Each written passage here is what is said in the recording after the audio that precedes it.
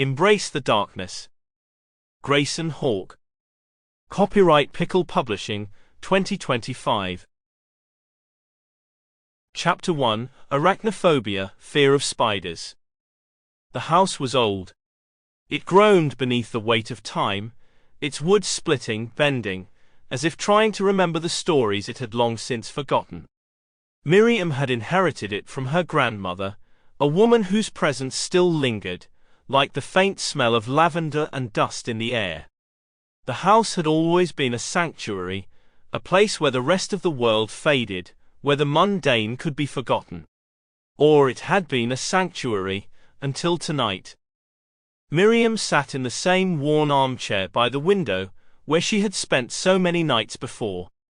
The street lamp outside flickered weakly, casting jagged shadows that reached across the room, as though they too were trying to find something or someone. She held a chipped porcelain mug in her hands, the cold edges pressing against her skin, though it was filled with the weak brew of chamomile and peppermint. Tea, something her grandmother had always sipped. But tonight, it didn't help. Tonight, nothing could calm the tremor that had taken root deep in her chest. The room was familiar. Too familiar.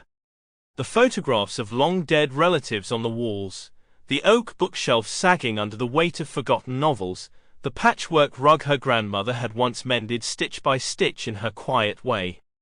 Miriam knew every crack, every creak of this house, every dust mote that drifted in the thin light.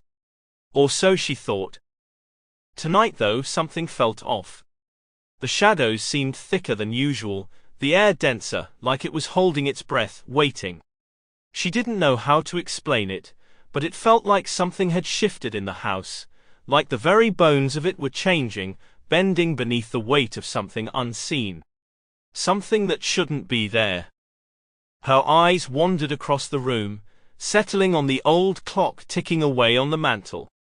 The sound was louder than it should have been, louder than anything else. Almost deafening in the silence, in the stillness that had settled over the house.